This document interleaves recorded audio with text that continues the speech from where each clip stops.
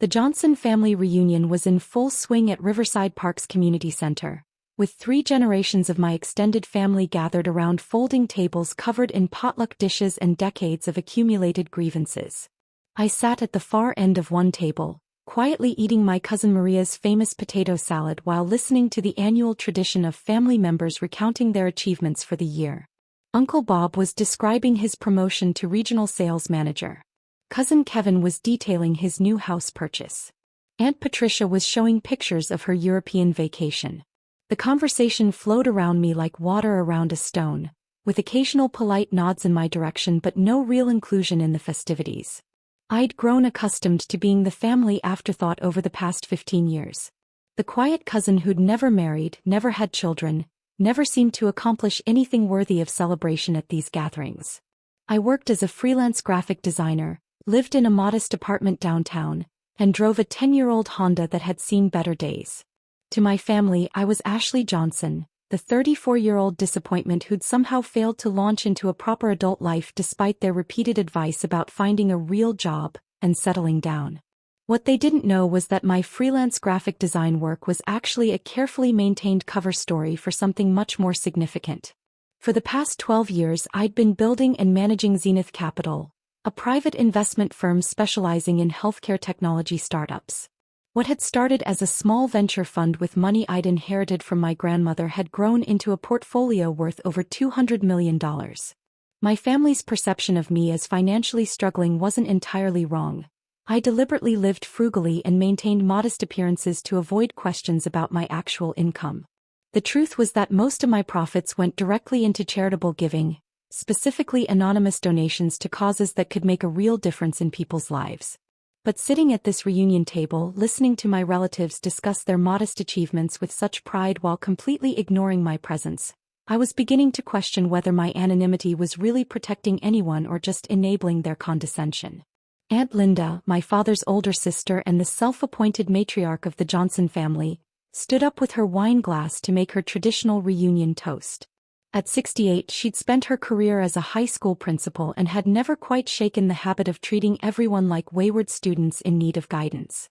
"I want to say how proud I am of everyone here," she began, surveying the room with satisfaction. "Look at what this family has accomplished. Bob's promotion, Kevin's new house, Patricia's successful retirement." She gestured around the table, naming achievements and praising various family members for their contributions to society, their professional success, and their role in maintaining the Johnson family legacy. "We're a family of achievers," she continued. "People who work hard, give back to their communities and make a difference in the world." The murmurs of agreement rippled through the room. "Of course," Aunt Linda added, her gaze settling on me with the kind of pointed look that had probably terrified generations of high school students. "Not everyone finds their path as easily as others." The subtle dig was delivered with a smile, but everyone at the table understood the implication. I was the cautionary tale, the family member who served as an example of what happened when you didn't apply yourself properly. "But that's okay," she continued with patronizing kindness. "Everyone contributes in their own way." Cousin Jennifer, Uncle Bob's daughter, jumped in with the enthusiasm of someone who'd been waiting for this moment. "Actually, I've been thinking about Ashley's situation, and I have some ideas that might help." "Oh, here we go. There are some great programs for people who want to transition into more stable careers," Jennifer said, addressing the table as if I wasn't sitting right there. "I could help you put together a resume, maybe look into some entry-level positions at companies with good benefits." "That's so thoughtful of you," Aunt Patricia chimed in. "Ashley, honey, you're not getting any younger. It's time to think about building something sustainable." Uncle Bob nodded sagely. "The gig economy is fine when you're young, but you need security as you get older. Health insurance, retirement savings, that kind of thing." I smiled and nodded politely, a response I'd perfected over years of these conversations. "I appreciate the concern. The thing is," Aunt Linda said, warming to her theme, "success isn't just about making money. It's about contributing to society, making a difference in people's lives, leaving the world better than you found it." More nods around the table. Take our family for example. Bob's sales work helps small businesses grow. Patricia's teaching career shaped young minds. Kevin's construction company builds homes for families.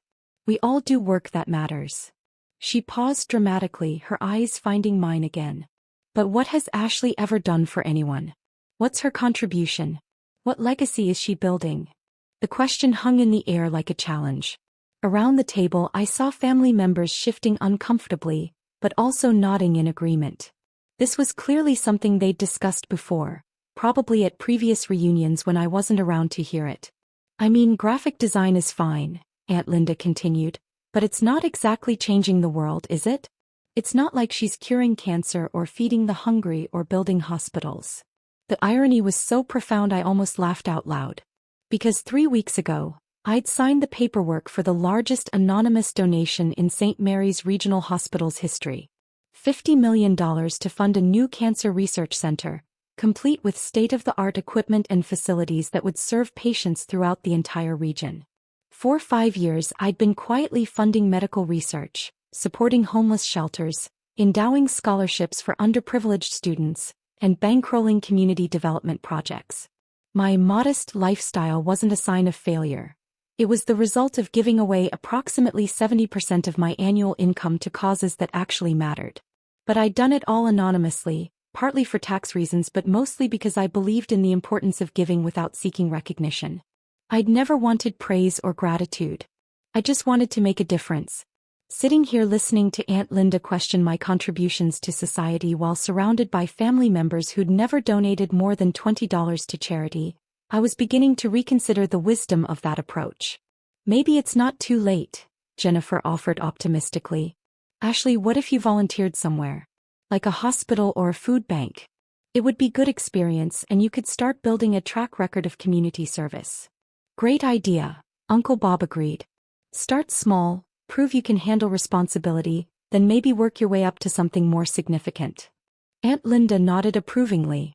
Volunteering would be perfect. Show that you care about something bigger than yourself. I was about to respond when the TV in the corner of the community center, which had been playing quietly in the background, suddenly increased in volume. Someone had grabbed the remote to catch the evening news. Good evening, I'm Dana Mitchell with Channel 7 News. We begin tonight with breaking news from St. Mary's Regional Hospital, where officials have announced the largest private donation in the institution's 75-year history. The conversation at our table stopped abruptly as everyone turned toward the television. A $50 million gift from an anonymous donor will fund the construction of the Johnson Cancer Research Center, a state-of-the-art facility that hospital officials say will revolutionize cancer treatment throughout the region. I felt my stomach drop as I heard my grandmother's maiden name attached to the research center. The donation paperwork had included a request to name the facility after my grandmother, who died of cancer when I was 12. Hospital CEO Dr. Margaret Foster says the donation came with a heartfelt letter explaining that the donor had lost a beloved grandmother to cancer and wanted to ensure that other families wouldn't have to endure the same loss. The camera cut to Dr. Foster standing in front of the hospital, holding a large ceremonial check. This generous gift will allow us to recruit world-class researchers, purchase cutting-edge equipment, and provide hope to thousands of cancer patients who might otherwise have limited treatment options, Dr. Foster said. Back in the news studio, Dana Mitchell continued. The mysterious donor has remained anonymous throughout the process, but hospital officials have now decided to reveal their identity in order to properly thank them for this extraordinary generosity. My blood turned to ice. We can now report that the $50 million donation came from Ashley Johnson, a local philanthropist whose quiet generosity has been supporting community causes for years. The screen filled with my photo, a professional headshot that the hospital's PR department had somehow obtained from my investment firm's website. The silence in the community center was deafening. Channel 7 has learned that Ms. Johnson is the founder and managing partner of Zenith Capital, a private investment firm specializing in healthcare technology. Sources close to the hospital say this is not her first major donation, but rather the latest in a long history of anonymous charitable giving. I could feel every pair of eyes in the room turning toward me, but I kept staring at the television screen, watching my carefully constructed anonymity evaporate in real time. The Johnson Cancer Research Center is expected to break ground next spring and will be fully operational within 3 years. Dr. Foster says the facility will serve patients throughout the tri-state area and will likely attract some of the world's leading cancer researchers. The news segment ended and moved on to weather, but nobody in the community center was paying attention to the forecast. The silence stretched for what felt like an eternity. Finally, Aunt Linda found her voice. "Ashley." Her tone was completely different from the condescending authority she'd wielded just minutes earlier. Did they just say you donated $50 million? I looked around the table at my family's shocked faces. Uncle Bob's mouth was hanging open. Jennifer looked like she'd seen a ghost. Cousin Kevin was frantically checking his phone, probably trying to verify what we'd all just heard. "Yes," I said quietly. "But how?" Aunt Patricia stammered. "Where did you— $50 million. The investment firm they mentioned. Zenith Capital. I've been building it for 12 years. Building it how?"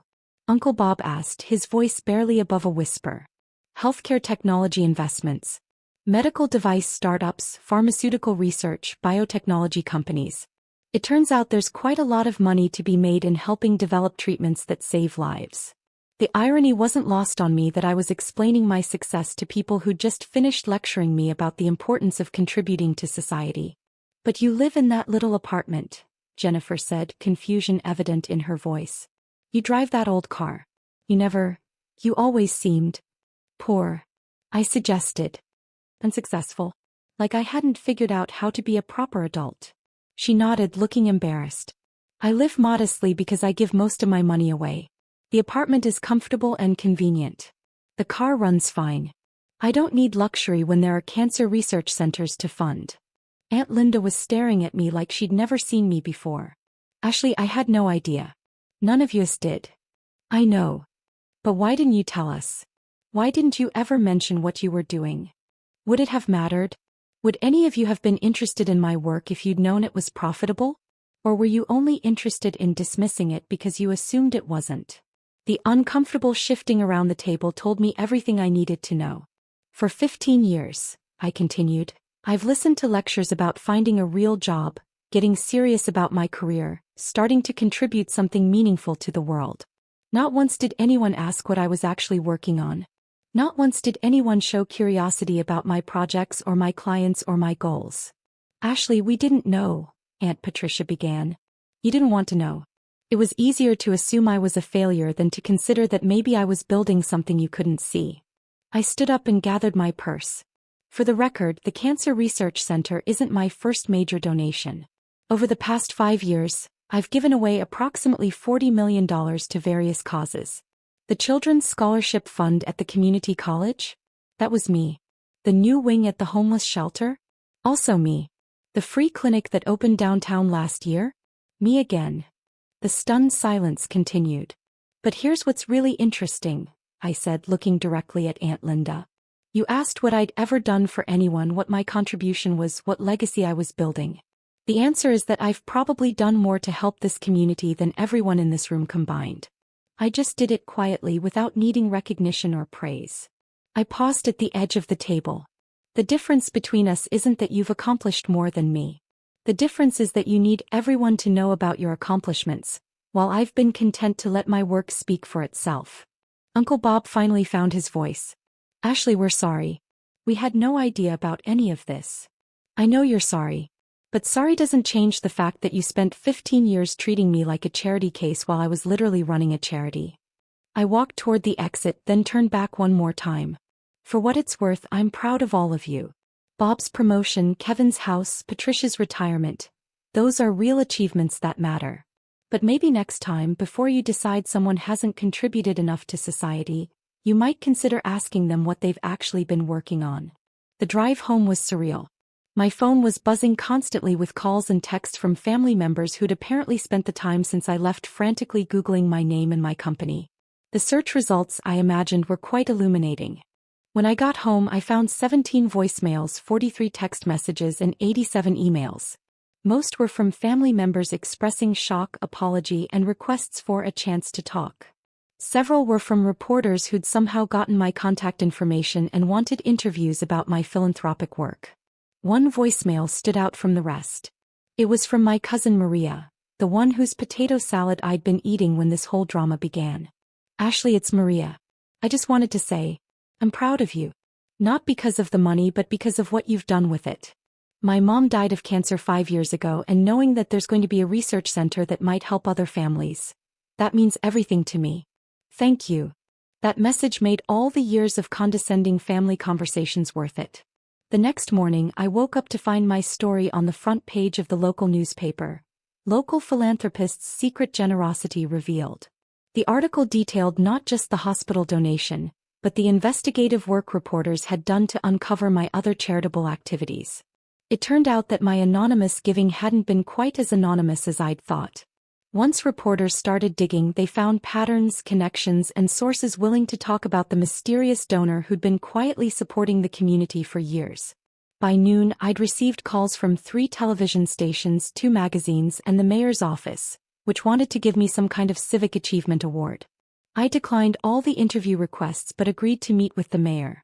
Public recognition wasn't something I'd ever wanted, but if it encouraged other people to give back to their communities, maybe it was worth the discomfort. The family reunion aftermath took weeks to settle. Aunt Linda called repeatedly, alternating between apologies and requests for advice about getting involved in charity work. Uncle Bob wanted to discuss investment strategies. Jennifer asked if there were opportunities to volunteer with my foundation. The most meaningful conversation came 3 weeks later when I met Aunt Linda for coffee at a small cafe downtown. "I owe you more than an apology," she said after we'd ordered. "I owe you an acknowledgement that I was completely wrong about your life and your contributions. Thank you. I keep thinking about what you said at the reunion. About how we never asked what you were actually working on. You're right. We assumed we knew everything about your situation without ever bothering to learn the facts. It's easier to make assumptions than to ask questions," I said. "But that's not an excuse. We're your family. We should have been interested in your work, your goals, your dreams, regardless of whether we thought they were successful." She stirred her coffee thoughtfully. "Can I ask you something?" "Sure. Why did you keep it secret for so long? Why didn't you want us to know what you were accomplishing?" It was a fair question that I'd been asking myself since the news broke. I think partly because I was afraid you'd only be interested in me if I was successful. I wanted to know that your love was unconditional, not based on my net worth. And partly because I was tired of defending my choices. When you all assumed I was struggling, you left me alone to do my work. If you'd known I was successful, you might have had opinions about how I should be spending my money or running my business. Aunt Linda nodded slowly. "We probably would have. But mostly," I continued, "because I believe that charity should be about helping people, not about making yourself look good. The moment you start giving for recognition instead of impact, you've missed the point." That's a beautiful philosophy. It's also a luxury that comes with having enough money to give anonymously. Not everyone can afford to be modest about their achievements. We sat in comfortable silence for a few minutes, watching people walk by the cafe window. "Ashley," Aunt Linda said finally, "I want you to know that I'm proud of you. Not because of the money but because of the person you've become. Generous, thoughtful, committed to making a difference in the world. Thank you. That means a lot. And I want you to know that you'll always have a place at our family table, regardless of your bank account. I appreciate that. But I also hope you'll consider being more open about your work going forward. Not for recognition, but because the rest of us could learn from your example." 6 months later, at the next Johnson family reunion, the dynamic was completely different. Instead of lectures about finding a real job, I fielded questions about impact investing, philanthropic strategy, and the most effective ways to support community causes. Uncle Bob had started volunteering at the food bank. Jennifer was organizing a charity drive at her office. Even Aunt Linda had joined the hospital's development board, using her educational background to help with fundraising strategy.